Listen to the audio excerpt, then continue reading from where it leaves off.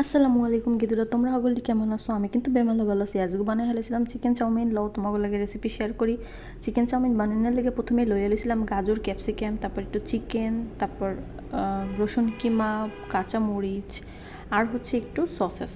এই তো কড়াইয়ের মধ্যে তেল দিয়ে তারপর দিয়ে দিলাম রসুন কিমা, একটু নাড়া চেড়ে তারপর একটা ডিম দিয়ে সেটার একটু গুটাই মুটাই ভেঙে চলে দিয়ে দিলাম এখানে চিকেনটা দিয়ে একটু ব্ল্যাক পেপার দিয়ে এটা ভাজা ভাজা করে তারপর সবজিগুলো দিয়ে দিলাম। আমি সবজির মধ্যে এখানে বেশি কিছু নিই নেই, গাজর নিছি আর কাঁচামরিচ দিছি। দিয়ে সুন্দর মতো নাড়ি চেড়ে যখন সতে করে নিয়ে তারপর নুডলসটা সেদ্ধ করে যে রাখছিলাম তেল দিয়ে ওইটা দিয়ে দেবো। দিয়ে তারপর একটু সয়া সস দিলাম, একটু টমেটো ক্যাচাপ দিলাম সুন্দর মতন দিয়ে তারপরে হিরের মধ্যে নাড়াচাড়া করে তারপর দিয়ে দিলাম ক্যাপসিকাম আর হচ্ছে তোমার সসেসগুলো।